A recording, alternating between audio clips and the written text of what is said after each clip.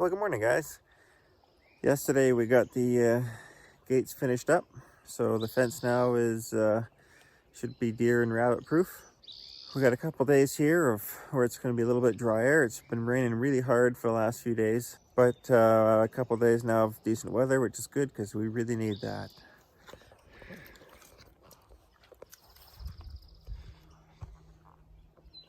We got a bit of weeding we're going to have to get done first, then we're going to till this whole area, except for the spots where the main garden tractor path is going to be. I'm going to leave those untilled.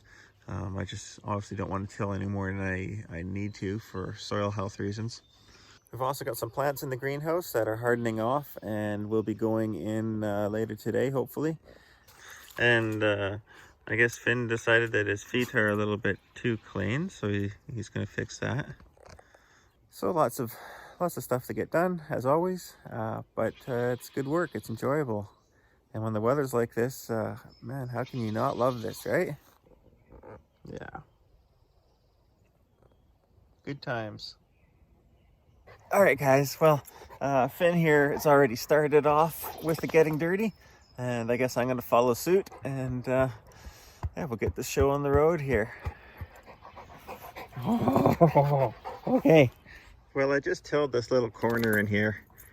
It's probably maybe around 200 square feet or so. And I tilled it conventionally. The soil was already fairly loose from previous years of tilling. And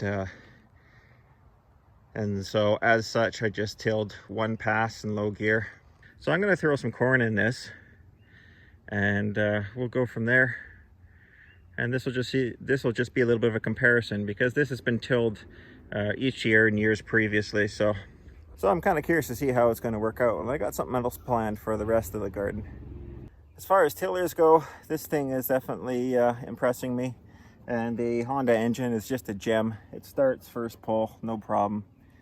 And you know, Honda, the commercial Hondas like that, they're always great. So.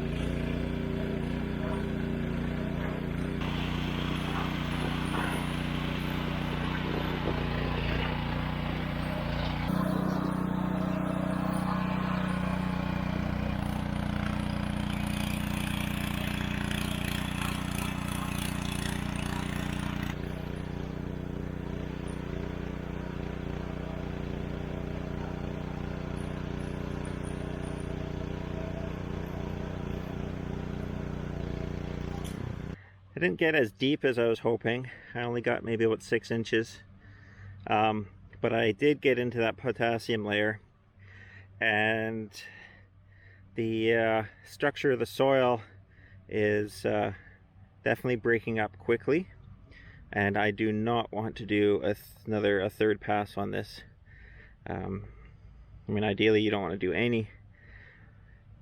But I really want to help get some of those nutrients up without doing a bunch of cropping of something like sunflowers to begin with. So this is going to be for our blueberry rows, and we'll get our blueberries in and go from there.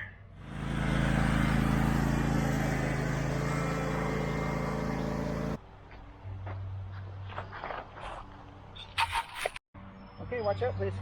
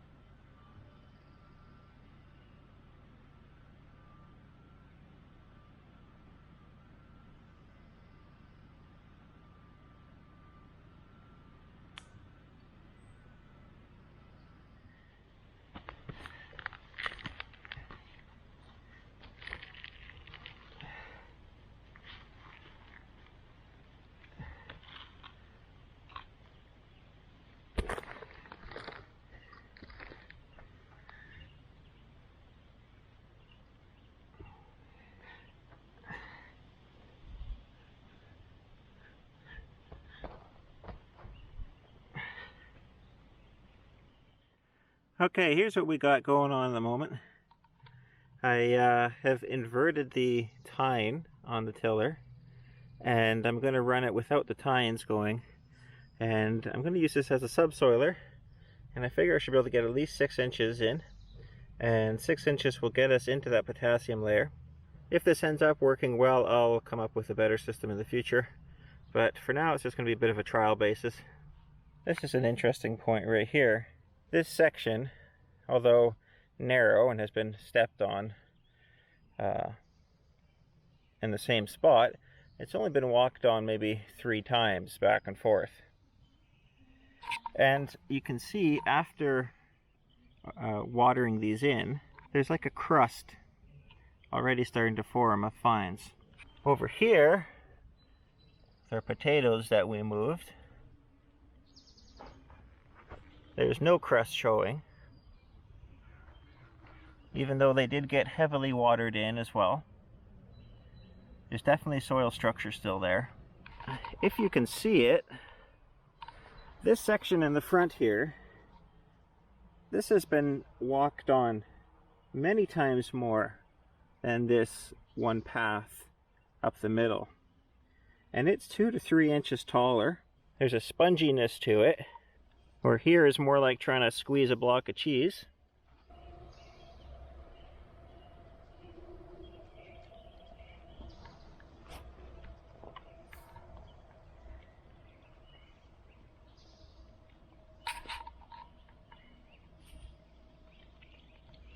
Now keep in mind, this part here has also been conventionally tilled for the last probably 7 years. But it was not tilled this year. I think that's a pretty stark difference just from 1 year of tilling, or not.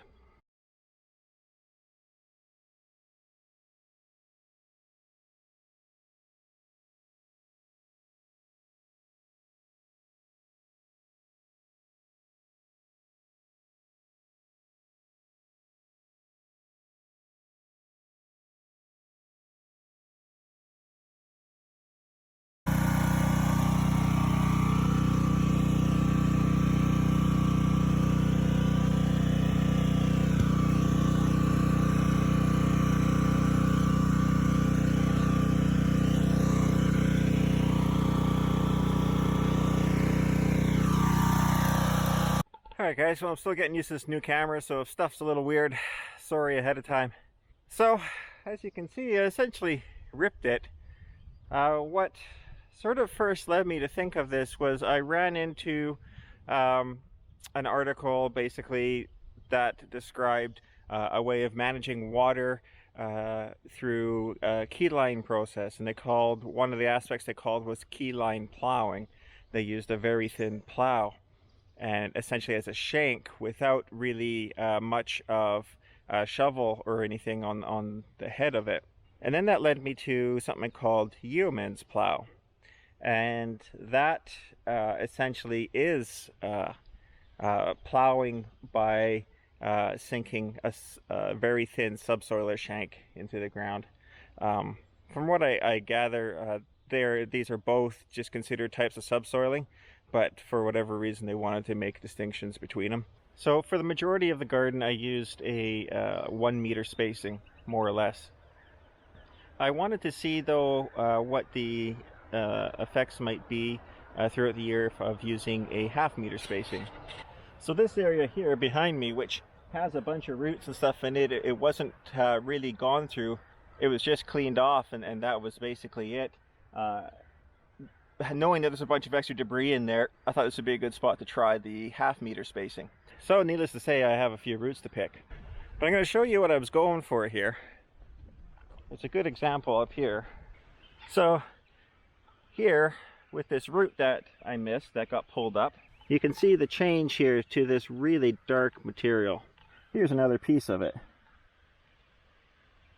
But it's also really dense. It's yeah, and this, remember, this has never been worked. This this is not out of a pathway or anything. This was virgin forest underneath here, or West Coast jungle, just a couple of months ago. But this is also the stuff that tested out as having high potassium, and it's the only soil I could find around here that has potassium levels that are half decent. So my goal is to at least chisel a little bit of this up and get it at least so that some of the shallower root plants will be able to access it. Now it's going to be interesting to see how things like corn with their deep roots handle hitting this layer. I suspect though, or at least I hope, that because this stuff has not been tilled, that there's going to be lots of natural little fissures in there and that the corn roots will just sink through without problems. But this no-till or minimal till way of doing things is very different to me. This is very much an experimental year, but from things I've read and seen, it definitely looks like the better long-term way to go. So if this keyline plowing works, I'm not sure if it's something that I will end up repeating annually or every other year.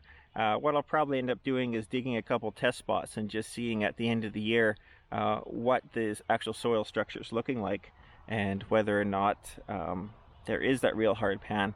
One thing's for sure is 6 inches is the absolute max I can go with that tiller. It just doesn't have the weight and traction like a proper tractor does. And I suspect that this ground could really actually do well with going a little deeper. 6 inches is getting into this stuff by an inch or so. It would be really nice to be able to get right into maybe 3 or 4 inches of this. Because there were times where the shank behind the tiller would rise up on top of it and it wouldn't want to cut in. But anyways, yeah, I got probably an hour or two of root picking to do, and then we're going to do some bed prep, start getting some beds laid out, and it'll be good. We'll be getting on with the show. Hey, Finn? Yeah. Something else that I noticed that I haven't noticed before is a lot of earthworms coming up. One thing I did is I checked a few times, and I was looking for any evidence of these guys being cut or crushed, and I have not found a single one that looks like it has any sort of trauma caused to it by this process. Where we know that typical tilling can sort of be like a knife through noodles. So right off the bat, that made me quite happy to see. it's interesting stuff like this. So we got an old piece of cedar in here. It's got some charcoal on it, so there was some sort of fire through here once. And I'd love to know how old this is. But you know, because this is in peat, sometimes stuff seems to not age the same. But it would have been really neat to have seen this land here 500 or 1,000 years ago, and just see what it looked like, and you know, whether it was more of a coniferous forest, or you know, which this is evidence too that there were conifers growing in here. Whereas now it's a completely deciduous, well, not completely, you know, we have a big pine tree in there, and there's another one over there, and we got a couple of firs, you know, so yeah, it's definitely interesting. That edge of the garden, that edge over there of the garden is actually right on a bit of a clay ridge. From that towards another 100 feet in, is where it transitions, and it transitions from peat to clay. So that's a little bit of an interesting spot too. So, as always, if you're feeling bored, get out there, get dirty. I guarantee you won't be bored anymore, and you might even have a little fun. You guys have a great one, and Finn and I here, we'll talk to you guys later. Take care. Yes. Hi. Yes. Hello. You're awfully clean for a dog that was in the swamp this morning. Oh. Okay.